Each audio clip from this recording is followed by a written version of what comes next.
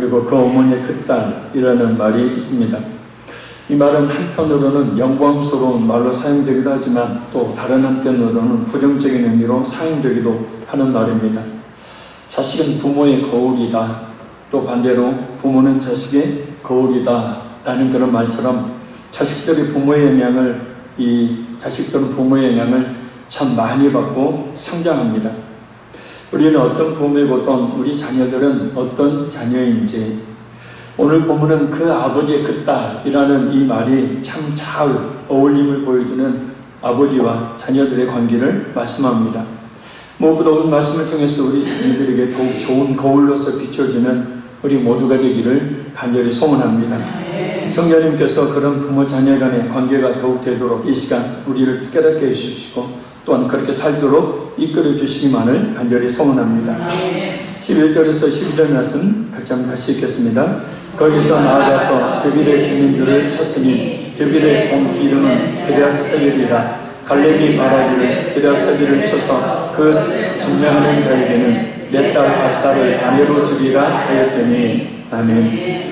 드빌은 유다 산지 최남단 지역 헤브론 남서쪽 약 13km에 위치하고 있는 곳입니다. 초기 철기시대에 침략해오는 해양 민족을 방어하는 전초기지 역할을 했을 것으로 추정되는 곳입니다. 지금의 키르벳 라봇이라고 불리는 곳으로 추정되는 곳입니다. 갈렙은 이 기럇세벨 곧 드빌을 쳐서 점령하는 자에게 자신의 딸 악사를 아내로 주겠다라고 말합니다.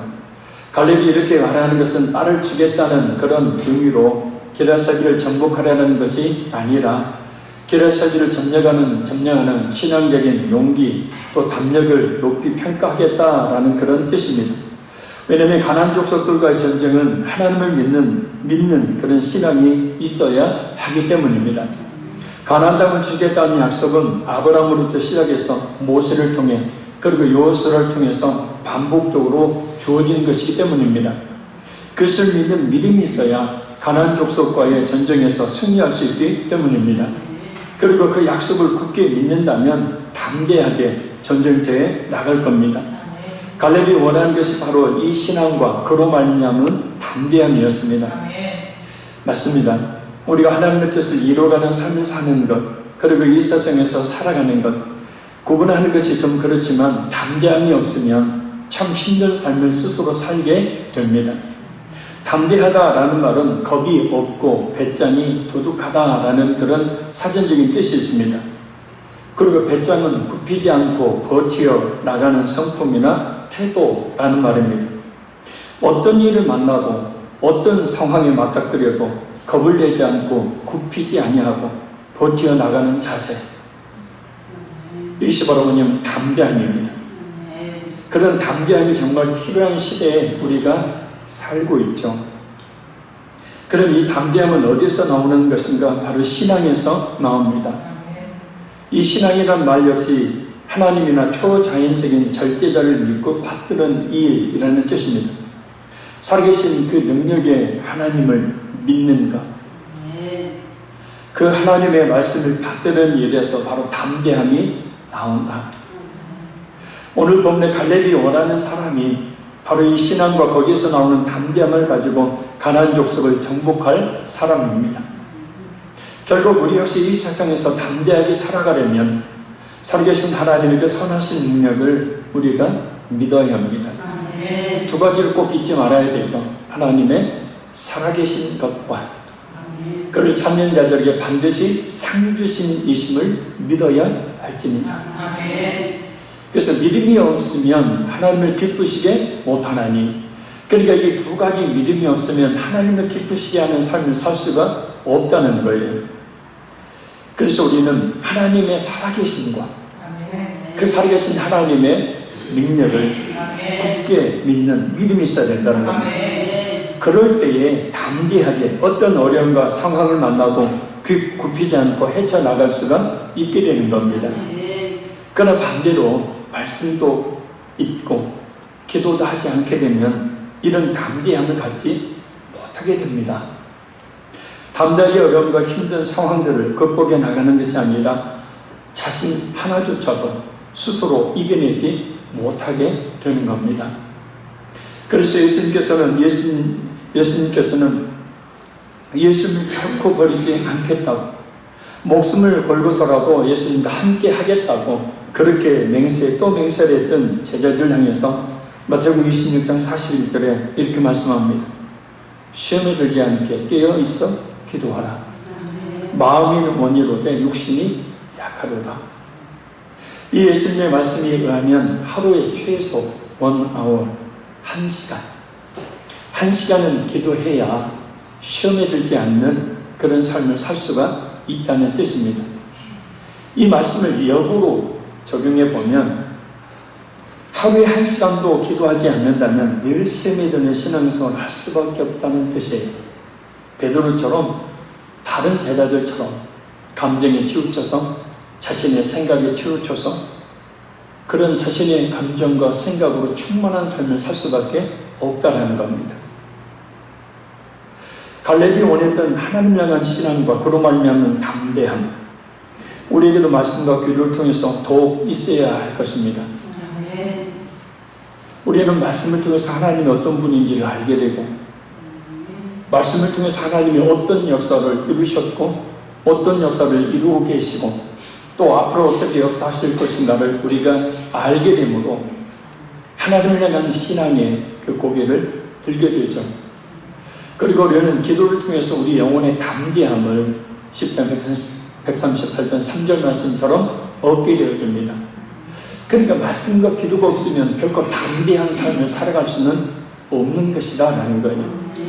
담대하게 살아갈 수가 없으니 늘 시험에 드는 삶을 살 수밖에 역시 없게 되는 거예요. 중간지대란 없습니다.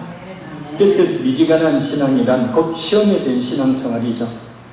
그래서 우리는 늘 말씀과 기도에 깨어있는 삶, 그래서 험난한 어떤 그런 문제를 만나도 어떤 상황에 맞닥뜨려도 하나님께서 원하시는 그런 담대한 삶을 살아갈 수 있는 그런 모습들이 우리에게 더욱더 있어야 될 줄로 믿습니다. 갈렙은 결국 이런 신앙과 담대함을 가진 사위를 원했던 것을 알 수 있어요. 갈렙이 신앙 제일주의를 잘 알 수 있게 합니다. 그러면 갈렙이 이런 결정을 할 때 딸 악사의 의사는 무시하고 그냥 갈렙 자신의 뜻만 관철을 시키는 것인가? 가만히 문자적으로 보면 어떤 일을 대가로 딸을 상으로 주는 비윤리적인 형태로 보아볼 수가 있습니다. 그러나 여러 주석가들은 갈렙이 그의 딸과 합의하고 실행했을 것이라고 이야기합니다. 왜냐하면 14절을 보면 악사가 그러한 결정에 대해 아무런 불평도 하지 않고 도리어 그것을 자연스럽게 받아들입니다. 그리고 15절을 보면 아버지에게 복을 주소서, 그리고 샘물을 청구하고 있기 때문입니다. 악사의 입장에서도 그런 신앙과 담대함을 가진 남자라면 남편감으로 이 손색이 없는 조건을 갖춘 사람이겠죠. 무엇보다 하나님을 향한 신앙에 투철한 갈렙이라는 사람이 자기 딸을 그와 같은 대상으로 취급했을 리가 없기 때문입니다. 그래서 우리는 항상 신앙 제일주의로 나가야 합니다. 신앙이 우선입니다. 우리 자신이 먼저 그렇게 해야 하고 또 우리 자녀들을 신앙 제일주의로 나가도록 이끌어야 합니다. 그것이 진정 자녀들을 위한 일이고 자녀들을 하나님의 은혜와 축복으로 이끄는 길입니다. 13절 말씀을 우리 같이 읽습니다. 갈렙이 아우로 그나스의 아들인 온니엘이 그것을 점령하였으므로 갈렙이 그의 딸 악사를 그에게 아내로 주었더라. 아멘. 딸을 상으로 주는 일은 흔한 일은 아니었지만 다른 방법으로는 불가능한 정원을 통해서 신분 상승을 꾀한다는 생각, 당시에 일부 야심 있는 남자들에게 있었고 또 그와 같은 일은 구미가 당기는 일이었을 것입니다. 예를 들어서 사무엘상 17장 25절을 보면 사울이 골리앗을 이기는 사람들의 1인 사람에게 첫째 딸을 주겠다고 제의를 하고 다윗이 결국 골리앗을 이긴 결과 다윗은 사울 왕가와 결혼하게 되어집니다. 첫째 딸을 주겠다고 해놓고 사실은 이 사울 왕은 첫째 딸을 주지 않죠. 둘째 딸을 주게 되어집니다. 미가를 주게 되죠. 그래서 이 기랏 세비를 치는 일이나 골리앗을 죽이는 일은 둘 다 매우 어렵고 위험한 일입니다. 쉬운 일이 아닙니다. 아무나 쉽게 할 수 있는 일이 아닙니다. 하나님을 믿는 신앙, 그런 말미암은 담대함이 없으면 해낼 수 없는 일이다라는 겁니다. 자, 그런데 이 영광을 누가 차지합니까? 바로 갈렙의 아우. 혓바늘에 있어서 자꾸 발음이 안 나오네. 갈렙의 아우 그나스의 아들인 온니엘입니다. 근데 문자적으로 가만히 보면 온니엘이 온니엘이 갈렙의 동생으로 나옵니다. 그러면 내 딸을 내 친동생에게 주는 거냐? 어떻게 동생에게 자식의 딸을 줄 수 있겠습니까? 근데 자세히 문구를 보면 그렇지 않습니다. 민수기 13장 6절을 보면 갈렙의 아버지는 여분네이고 아우로 나오는 온니엘의 아버지는 그나스입니다. 그러니까 온니엘이 갈렙의 친동생이 아닌 이복 동생으로 여길 수가 있고, 다른 해석하나는 아우라는 말이 동포라는 말입니다. 그러니까 갈렙의 동포라는 뜻이라는 겁니다. 왜냐하면 그나스는 창세기 36장 1절과 11절로 보면 에서의 자손들 중에 한 족속의 이름입니다. 여호수아 14장 6절과 민수기 32장 12절을 보면 갈렙 역시 그나스 족속이에요. 그래서 그나스 족속에 속한 온니엘은 갈렙의 동족이 되는 겁니다. 갈렙이 근친 결혼을 시킨 것이 아니라 동포 중에 한 남자인 온니엘에게 시집을 보내는 겁니다. 아무튼 온니엘은 갈렙의 이복 동생 또는 동족으로 이미 높은 지위를 가지고 있었지만 기럇사비를 점령한 공로로 더욱더 큰 명성을 얻을 수 있었습니다. 앞에서도 언급했지만 이런 명성이나 축복은 그냥 가만히 있는다고 얻어지는 것이 아닙니다. 먼저 하나님의 살아계심을 굳게 믿는 믿음이 있어야 합니다. 그래서 하나님께서는 우리에게 믿음이란 무엇인가, 그 믿음의 실상이라는 것이 어떤 것인가를 우리에게 체험하도록, 우리의 환경과 여건 가운데 불가능한 문제들, 이건 힘들어, 할 수 없어, 못해, 이거 될까? 하는 문제들을 우리 앞에 하나님께서는 항상 두시는 거예요. 우리 힘으로 우리의 죄를 얼마든지 해결할 수 있는 문제라면 굳이 하나님을 의지할 필요가 없는 거죠. 그러면 믿음의 역사, 하나님을 믿고 하나님의 역사심을 믿었던 믿음의 역사는 평생 신앙생활하는 가운데 한 번도 경험할 수가 없는 거예요. 그래서 현실적인 신앙, 외식적인 신앙, 구원받지 못했으면서 하나님을 만나지 못했으면서 착각하는 신앙생활을 갖게 되는 겁니다. 그래서 하나님께서는 계속해서 우리의 삶 속에 하나님께서는 불가능한 문제, 힘든 문제, 어려운 문제, 내 힘으로 어떻게 한다는 문제들을 계속해서 우리 앞에 두심으로 말미암아서 하나님이 어떤 분인지를 체험하게 하시는 거예요. 그래서 바울사도는 내가 약할 그때에 곧 강함이라 그래요. 그러니까 내가 할 수 없는 약할 그때의 강함이라, 하나님의 강한 역사가 나타남으로 하나님의 살아 계시는 거구나. 하나님의 역사 하시는 거구나. 그래서 하나님에 대한 체험적인 그런 신앙 믿음을 더욱더 갖게 되는 겁니다. 그래서 우리가 하나님의 살아계심을 믿는 굳건한 믿음이 있어야 되고, 로마서 8장 32절 말씀처럼 예수 그리스도를 믿는 믿음과 함께 모든 것을 주신다는 사실을 또한 믿어야 합니다. 자기 아들을 아끼지 아니하시고 우리를 위하여, 우리 모든 사람을 위하여 내어주신 이가 어찌 그 아들과 함께 모든 것을 우리에게 주시지 않겠느냐. 그러니까 내가 예수 그리스도를 확실히 믿으면, 예수님을, 하나님의 아들에서 예수님을 내게 주신 그 하나님께서 그 아들과 함께 그 예수님을 믿는 믿음을 가진 성도에게 모든 것을 주시지 않겠느냐. 모든 것을 다 주신다라는 겁니다. 그래서 우리는 이런 말씀들을 굳게 믿고 담대하게 행동을 취해야 합니다. 그럴 때 비로소 믿음의 역사, 곧 하나님의 역사심이 있게 됩니다. 저도 지금까지 신앙생활을 해오면서 불가능한 상황, 암담한 상황, 힘든 상황, 제 힘과 지혜로 할 수 없는 상황들을 많이도 맞닥뜨렸죠. 근데 그런 상황 속에서 하나님께 기도하고 하나님의 역사하심을 간절히 소원하고 바랄 때 하나님이 역사해 주심으로 지금까지 왔습니다. 그래서 하나님에 대한 굳건한 믿음을 갖게 되면, 그래서 우리 힘으로 어떻게 할 수 없는 상황들은 결국은 하나님을 의지하게 하려는 하나님의 기쁘신 뜻, 그래서 하나님의 말씀과 비를 통해서 의지하게 되면 하나님의 역사가 나타나게 된다라는. 그래서 우리의 믿음의 역사, 하나님의 살아계신 역사는 그런 상황 가운데서 경험하게 되는 거지, 아무 일이 없고 평안하고 내 힘과 지혜를 할 수 있는 상황 속에서 나타날 수 없는 겁니다. 주저주저하며 게으르게 아무것도 하지 않으면서 뭔가를 바라면 아무것도 얻을 수 없습니다. 하나님의 것을 얻을 수 없다고. 때로 주저주저하게 되는 이유는 하나님에 대한 믿음, 하나님의 자녀인 나와 함께 하시는 하나님의 역사하심에 대한 그런 믿음이 부족하기 때문입니다. 그래서 이런 노래가 있습니다.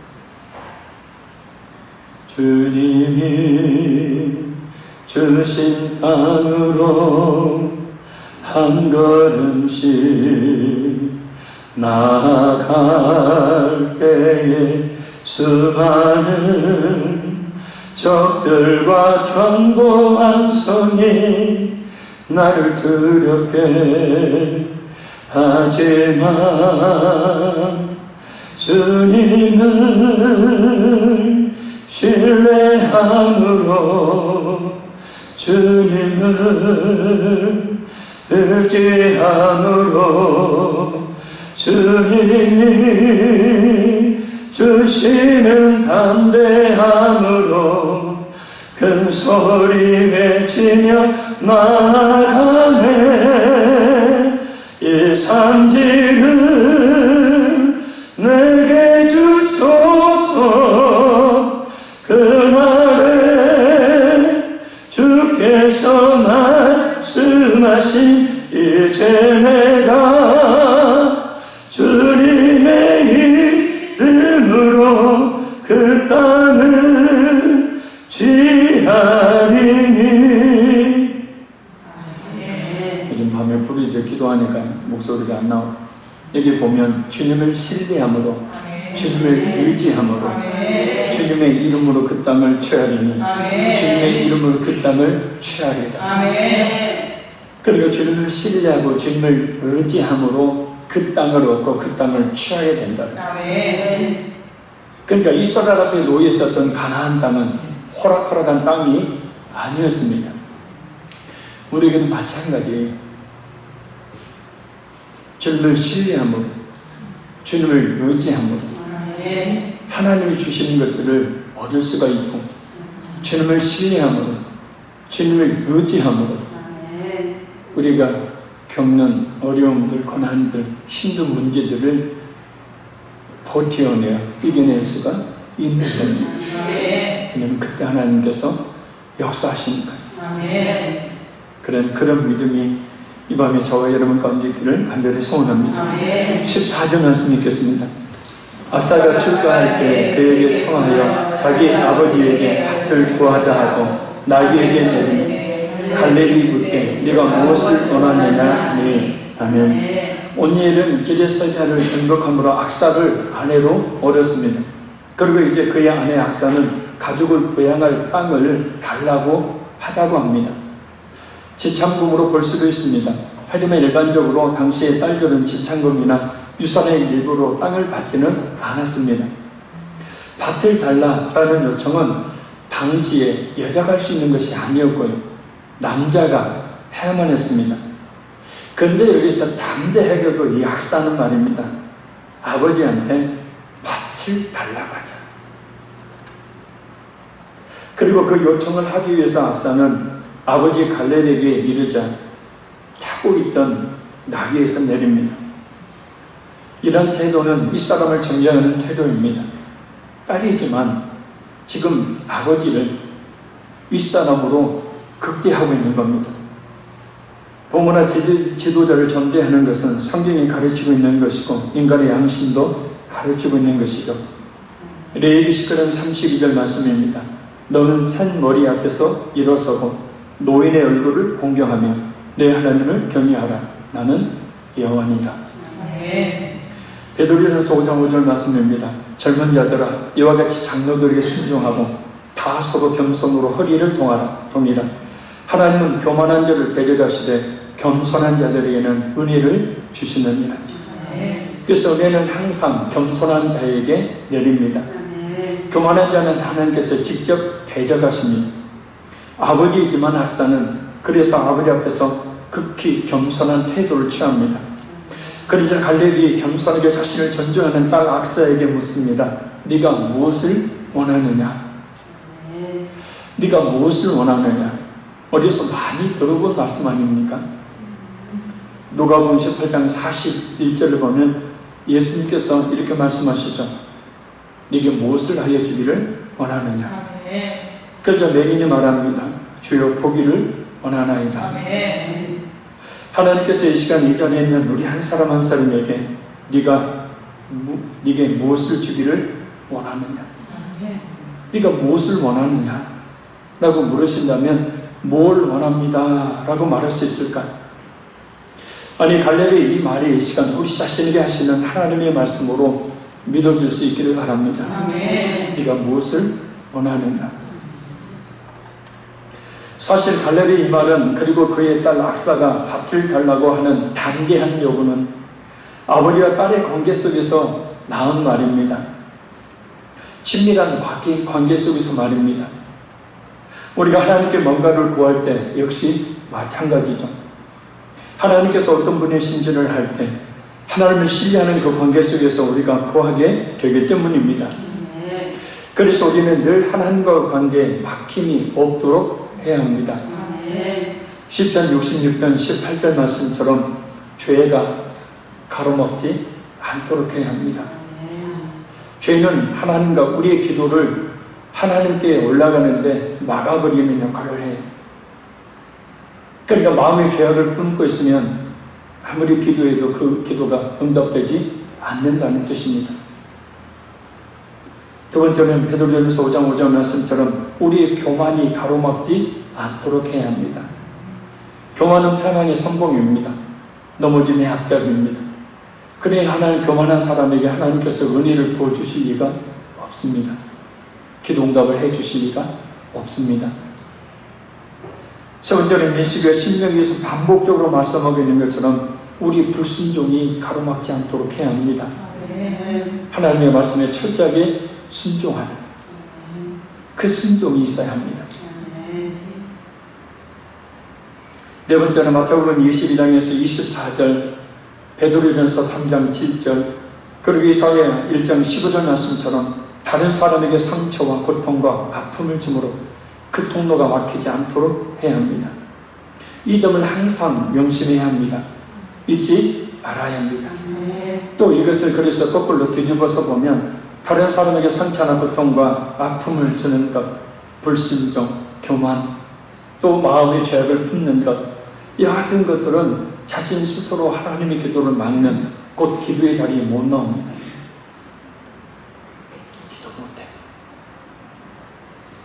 기도를 한다고 해도 하나님은 능력을 받을 수 없습니다. 그래서 항상 관계가 중요해요.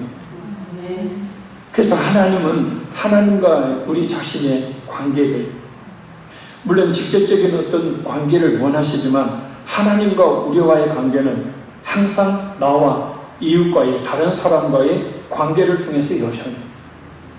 또 하나님과 우리 자신의 관계는 다른 사람과의 관계가 막힐 때 막혀버립니다. 그러니 마음의 죄악을 품고 있고 교만하고 불순종하고 다른 사람에게 상처나 아픔과 고통을 주면서 기도하는 사람 봤습니까? 못합니다. 기도가 아예 안 나와요. 기도를 한다고 해도 응답받는 기도가 안 되는 겁니다. 그래서 우리는 하나님을 만나기 위해서 응답받기 위해서라도 우리는 나 위에 다른 사람과 관계를 온전한 화평의 관계로 늘 만들어가야 합니다. 그렇게 하면 하나님께서 무엇을 구하든지 주신대요. 마태복음 7장 11절 말씀입니다. 너희가 악한 자라도 좋은 것으로 자식에게 줄 줄 알거든 하물며 하늘에 너희 아버지께서 구하는 자에게 좋은 것으로 주시지 않겠느냐. 그러니까 이 말씀을 자세히 보면 악한 부모도 자식에게는 좋은 것을 주기를 원한다. 제가 알고 있는 그 조직생활하는 사람이 하나 있습니다. 돈을 어떻게 벌까요? 정상적인 방법으로 안 벌죠.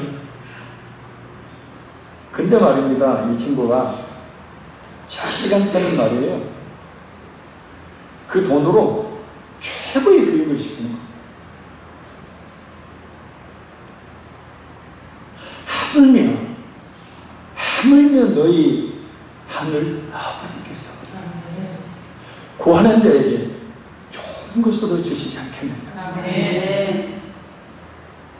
근데 내가 아버지로 부를 수 있어야죠. 나와 아버지의 관계가 이 갈렙과 이 악사의 관계처럼 그냥 담대하게 구할 수 있는 그런 관계가 되어야 되는데, 마음속에 죄악을 품고 불순종과 교만과 상처와 아픔과 고통을 주면 그런 관계가 형성이 안 되는 거예요. 쭈삣쭈삣하게 되죠. 요한복음 15장 7절 8절 말씀입니다. 너희가 내 안에 거하고 내 말이 너희 안에 거하면 무엇이든지 구하라. 그리하면 주시리라. 아멘. 너희가 열매를 많이 맺으면 내 아버지께서 영광을 받으실 것이고 너희는 내 제자가 되리라. 그래서 그렇게 하나님께서 내가 원하는 그대로 주시는 그런 열매를 많이 맺으면 내 아버지께서 영광 받을 것이고, 그러니까 하나님께서 영광을 받으신다는, 그러니까 내가 하나님께 구하여서 응답받으면 내가 하나님께 영광을 돌릴 것 아닙니까? 그러면 하나님께서 영광을 받으시는 것이고 너희는 내 제자가 되게, 그게 진짜 예수님을 믿는 사람이라는 뜻이에요. 아멘. 그래서 깊이 말씀을 묵상하는 가운데 참 이 갈렙과 그 딸 악사는 참 친밀한 관계였구나.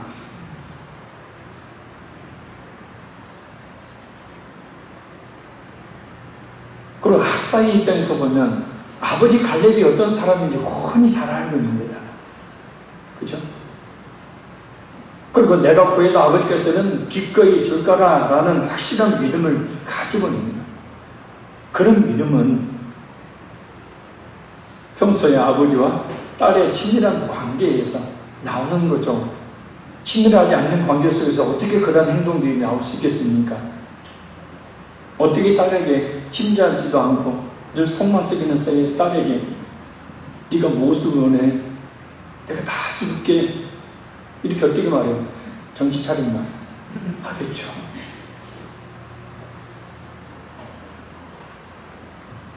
그래서 하나님과의 우리 자신의 관계를 항상 나 위에 다른 사람의 관계 속에서 찾아야 합니다.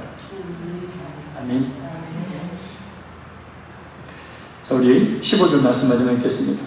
이르되 내게 복을 주소서. 아버지께서 나를 남방으로 보내시니 생물도 내게 주소서 하며 갈렙이 있음과 그랬음을 그에게 주었더라. 아멘. 악사는 아버지 갈렙에게 내게 복을 주소서라고 이 전대에 요청을 합니다.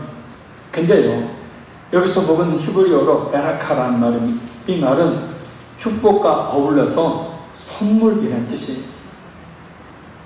그러니까 지금 이 선물이라는 이 복을 달라는 이 말을 통해서도 악사가 어거지로 아버지가 맺어준 대상과 결혼한 것이 아니라, 그죠? 이미 아버지와 충분한 이야기가 나눠져 있었고 그것을 기쁘게 생각했다는 것을 알 수 있어요. 그래서 선물을 달라고 하는 것이니까요. 시집을 가는 딸로서 아버지에게 선물을 달라라는 의미가 바로 문맥상 맞는 의미입니다. 그러니 사탄은 땅뿐만 아니라 샘물을 달라고 합니다. 왜 샘물을 달라고 했을까? 바로 아버지 갈렙이 기업으로 준 땅이 남방이기 때문입니다. 이 남방은 히브리어로 에레츠 하네게브라는 말입니다. 영어 성경에도 인던 네게브라는 말을 씁니다. 네게브는 여호수아 15장 19절을 보면 사막지대와 같은 건조하고 마른 땅이에요. 그러니까 사막지대에서 샘물이 없으면 농사도 지을 수 없고 가축도 기를 수 없고 아예 근본적으로 살 수가 없습니다. 그래서 샘물을 요구하는 것은 부유와 풍요함을 상징하는 기름진 토지를 요구하는 것과 같은 겁니다. 샘물을 달라는 딸 악사의 요구에 대해서 갈렙은 두말하지 않습니다. 오히려 윗샘과 아랫샘을 줍니다. 이 윗샘과 아랫샘은 홍수 때 물이 휩쓸고 지나가는 지대인 와디 지역이라는 지역이 있어요. 성지순례에 가보면 이 와디 지역이라는 곳이 있어요. 보면은 물이 막 흘렀던 지역인데 아주 바싹 마른 사막 지역입니다. 근데 물이 흘러내려간 흔적이 남아있어요. 왜냐면 홍수가 많은 비가 내리면 우기적이 되면 비가 많이 오기 때문에 바로 그것을 휩쓸고 지나요. 근데 그 땅은 석회질 땅이에요. 그렇기 때문에 물이 그냥 땅에 고이는 게 아니라 물속에 고이는 게 아니라 그 흘러내려가 버리는 거예요. 그래서 바로 그런 땅에 얕은 구덩이를 파거나 지하 수면이 훨씬 낮은 곳에 깊은 우물을 파서 개발한 물, 그것이 바로 뭐냐면 샘입니다. 그래서 윗샘과 아랫샘, 오히려 두 개를 더 받게, 한 개를 더 받게 되는 거죠. 여기서 우리는 오늘 본문에 나오는 세 인물에 대해서 살펴볼 필요가 있습니다. 먼저 갈렙의 신앙. 갈렙의 신앙은 이미 하나님께로부터 인정을 받았던 신앙입니다. 신명기 1장 36절 말씀입니다. 우리 여분네의 아들 갈렙은 온전히 여호와께 순종하였은즉 그는 그것을 볼 것이요 그가 밟을 땅을 내가 그와 그의 자손에게 주리라 하시고. 그래서 갈렙은 이 정탐꾼으로 가가지고 여호수아와 함께 긍정적 보고를 했던 사람이죠. 믿음의 고백을 했던 사람이죠. 근데 다른 10명의 정탐꾼은 부정적 고백을 했죠. 현실이 그러니까요. 상황이 그러니까요. 딱 가서 보니까 적과 꿀이 흐르는 가나안 땅은 맞는데 그 가나안 땅을 찾아보는 가나안 족속들의 모습이 뭐예요? 특별히 아낙도서는 3m 가까이 되는 커다란 키를 자랑하는 그런 민족입니다. 싸움의 네가 또 성들이 하나같이 초롱성입니다. 그에 비해서 무기도 변변치 않고 싸움의 경험도 없는 이스라엘. 현실이 이거예요. 그럼 어떻게 해야 됩니까? 주저앉아야죠. 다시 애굽으로 가야죠. 그런데 그때 여호수아와 갈렙은 믿음의 고백을 합니다. 하나님께서 함께 하시면 저들은 우리의 밥이다. 그러니까 믿음이란 그겁니다. 어쩔 수 없는 상황, 내 힘으로 어떻게 할 수 없는 불가능한 상황, 근데 그 위에 하나님이 역사하시면 된다는 이게 믿음이에요. 그래서 그 믿음을 가지면 그 믿음은 실상이 되어서 하나님이 역사하시니까 그 불가능한 것이 가능하게 되는 거예요. 그래서 그런 믿음으로 말미암아서 이 갈렙은 이미 하나님께로부터 확실한 인정을 받았던 사람입니다. 그리고 갈렙은 제일 마지막에 이 뭡니까? 가나안 땅을 분배를 받는데 갈렙은 참 대단한 믿음을 가진 사람이었죠. 80세에 그 땅을 분배받는데 어떤 땅을 달라고 해요? 산지를 달라고 해요. 그러니까 이마이면 갈렙의 신앙과 믿음, 하나님께 보였던 신앙을 보면 좋은 땅을 달라고 해도 얼마든지 받을 수 있는 상황인데도 갈렙은 산지를 달라고 해요. 그래서 그 산지를 정복해요. 왜요? 이 나이가 되어도 얼마든지 가나안을 그 산지를 정복해서 차지할 수 있습니다. 그래요. 그러니 그런 대단한 믿음과 신앙을 가진 갈렙은 그 기업을 이어받았고, 중요한 것은 바로 갈렙이 이어받던 그 기업을 지금 누구에게 주고 있는 거예요? 딸 악사에게 주고 있는 거예요. 지금 갈렙의 신앙으로 받은 그 땅을 지금 뭡니까? 악사가 이어받고 있는 겁니다. 물론 전체는 아니겠지만 갈렙은 여호수아 14장 8절을 통해서 보면 자신이 여호와께 충성했다라고 고백합니다. 이건 교만의 말이 아니라 있는 그들의 고백입니다. 하나님께서도 인정하셨어요. 여기서 충성하였으므로 라는 말은 채우다, 만족시키다라는 뜻이에요. 의역하면 여호와의 뒤를 충실하게 채웠다라는 뜻입니다. 그러니까 갈렙은 하나님께서 원하시는 믿음의 분량을 채웠다. 할렐루야. 갈렙은 하나님께서 원하시는 그런 믿음을 만족시켰다는. 그러니까 하나님과 갈렙 사이에는 빈틈이 없었던 겁니다. 그러니까 갈렙은 늘 하나님의 뜻을 쫓았고 그 하나님의 뜻을 분별하고 그 뜻대로 살았던, 하나님과 가까이 있었던 사람이에요. 그래서 그 하나님의 마음을 만족시켰던. 그래서 하나님께서는 우리의 믿음이 채워지기를 원하시는 것이고 하나님이 원하시는 믿음의 분량에 이르기를 원하시는 거예요. 그래서 우리가 그것을 채워드릴 때, 우리가 그것을 만족시켜드릴 때 하나님께로부터 비로소 하나님이 주시는 그런 은혜와 축복들이 오게 되는 겁니다. 그래서 이 갈렙은 하나님의 뜻대로 살 수 있었던 것이고, 그것을 바로 이 갈렙은 뭐라고 이야기하냐면 충성이라고 이야기를 하는 겁니다. 갈렙은 바로 이런 믿음을 가지고 있었고, 그에 딸 악사 역시 오늘 본문의 전체적인 분위기를 보면 평범한 여성이 아닌 것을 알 수 있습니다. 담대한 믿음을 가지고 있음을 알 수 있습니다. 그리고 갈렙의 사위이자 악사의 남편은 온니엘 역시 기럇 세계를 점령한 그런 신앙과 담대함이 있는 그런 모습입니다. 갈렙이 딸이 결혼했기 때문에 그 네게브 땅을 윗선과 아랫선과 함께 줬을까요? 아닙니다. 딸이 낙사에게 그런 신앙이 있었기에, 그리고 사위인 온니엘에게 그런 신앙과 담대함이 있었기에 기꺼이 기업을 물려주는 것입니다. 그런 믿음이 자녀들에게 없었다면 그런 기업을 물려줄 갈렙이 아닙니다. 여러분들에게 재산이 있는지 없는지는 모르겠지만 딱 자식을 보니까 이거 줘봐야, 물려줘봐야 화랑방탕하게 쓸 놈이다.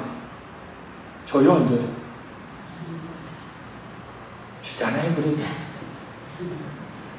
그래도 자식이라고 주잖아요. 근데 정신이 있는 사람은 안 주죠. 뻔하니까. 그래서 성룡이라는 유명한 배우 있죠, 홍콩에. 엄청나게 많은 재산을 아들한테 한 푼도 주지 않고 사회에 하나하나겠다고 몇 년 전에 선언을 해버렸어요. 왜 그랬냐? 아들이 아버지의 부로 마약에 취하여 살죠. 음란에 빠져 살죠. 그러니까 그런 자식에게 그런 재산을 물려줄 필요가 없다는 거예요. 자식에게 너무 실망을 한 거예요. 동생에까지.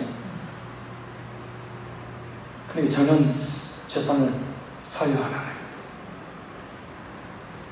갈렙의 그 대단한 믿음이 어떻게 됐을까요? 믿음 없는 딸에게, 믿음 없는 사위에게 주었었을까요? 아닙니다. 감당할 만하니까 물려준 거죠. 하나님의 기업은 말입니다. 자, 하나님의 것들은 말입니다. 그래서 아무나 받는 것이 아닙니다. 하나님의 참된 기업인 저 하늘나라가 예수 그리스도를 진실하게 믿는 믿음이 있어야 받을 수 있듯이 하나님이 이 땅에서의 축복 역시 아무나 받는 게 아닙니다. 이런 믿음, 이런 담대함이 있어야 받습니다. 그러니 성도로서 하나님의 자녀로서의 믿음이 중요합니다. 그리고 또한 우리 자신의 존재가 하나님과 관계 속에서 어떤 존재인지를 분명히 인식하는 것이 필요해요.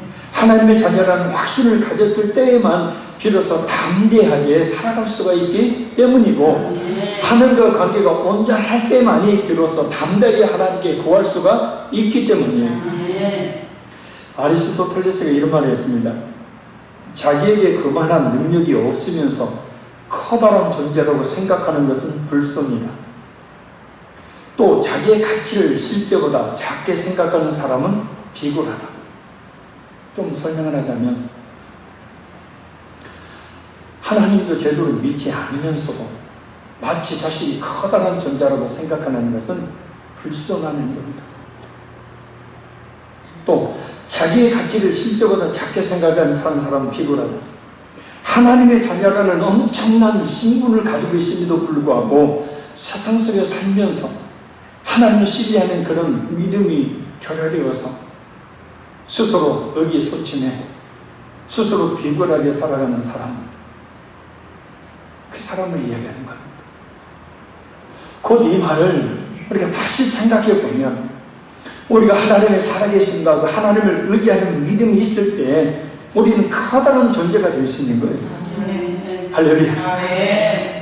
그런데 커다란 존재임에도 불구하고 하나님을 의지하고 하나님을 신뢰하지 않을 때 우리의 존재의 가치는 아주 비굴할 정도로 작아지게 된다는 거예요. 비굴하게 이 세상의 것들은 죽어오며 살아갈 수밖에 없게 된다는 겁니다. 결론적으로 말씀드립니다. 우리의 신앙은, 나의 신앙은 많은 사람에게 때로는 부정적 영향을, 때로는 긍정적 영향을 끼칩니다. 특히 자녀들의 그 영향은 절대적입니다. 우리 자녀들에게 긍정적 신앙의 영향을 끼칠 수 있도록, 그래서 오늘 본문의 갈렙과 그의 딸 악사 그리고 그의 사위 온니엘의 경우처럼 하나님의 축복을 이렇게 자자손손 이어받도록 우리 자신 먼저 열심 있는 신앙, 뜨거운 신앙, 순종하는 신앙을 더욱더 가지기를 힘써야 합니다. 꼭 그런 것은 아니지만 또한 꼭 그렇습니다. 부모된 우리 자신의 신앙은 자녀들에게 큰 영향을 미치게 된다는 겁니다. 오늘 우리의 신앙의 모습은 자녀들에게 너도 이렇게 하라고 보여주는 거울과 같기 때문입니다. 어찌면 그렇게 똑같이 하는지 몰라요. 우리의 신앙은 오늘도 자녀들의 신앙을 만들어가는 계기가 됩니다. 내 신앙은 우리 자녀들의 신앙을 만들어가는 계기가 된다는 거예요. 그리고 그것은 자녀들에게 축복과 저주라는 결과로 반드시 나타나게 됩니다. 따라서 늘 말씀과 기도에 우리가 깨어 있어야 합니다. 말씀과 기도에 열심을 내는 것, 주님의 몸된 교회를 세워나가는 데 있어서 아낌없이 충성과 헌신을 하는 것, 이와 같은 신앙은 자녀들에게 본이 되는 것이고 결국은 그와 같은 것은 자녀들로 하여금 그렇게 살게 만들므로 자녀들의 역시 그와 같은 복을 받게 만드는 겁니다. 하나님의 살아계신 것, 하나님의 자녀인 우리 자신에게 반드시 역사하신 하나님의 역사하심을 믿는 믿음으로 말미암는 담대한 신앙을 우리가 가져야 합니다. 현실에 안주하거나 힘들고 어려운 현실의 상황 가운데 주저앉는 신앙이 아닌 굽히지 않고 꿋꿋이 하나님의 역사하심을 바라보며 나아가는 신앙을 갖기를 더욱더 힘써야 합니다. 이 시간 우리 말씀을 붙들고 한번 기도하기만 합니다. 하나님, 나의 신앙은 분명히 사람들에게 부정적, 긍정적 영향을 미치는데 특별히 자녀들에게 절대적인 영향을 끼치는데 아버지, 나의 신앙이 긍정적 신앙으로 영향을 끼칠 수 있도록 좀 더 열심히 있는, 좀 더 뜨거운, 좀 더 신앙하는, 순종하는 신앙을 갖게 하여 주옵소서. 우리의 신앙은, 나의 신앙은 오늘도 자녀들의 신앙을 만들어가는 계기로 착용하고 있으니 우리 자녀들이 하나님의 귀한 노래와 복을 받을 수 있도록 제가 먼저 말씀과 기도로 깨어있게 하여 주옵소서. 또한 하나님의 살아계심과 하나님을 아버지라 부르는 자녀인 나에게 역사하실 하나님의 역사하심을 굳게 믿는 믿음으로 말미암아 담대하게 꿋꿋이 하나님의 역사하심을 바라보며 힘들고 어려운 상황 속에서도 담대히 나가는 믿음을 주시옵소서. 이 시간 우리 주의 소반 통속으로 간절히 기도합니다. 주여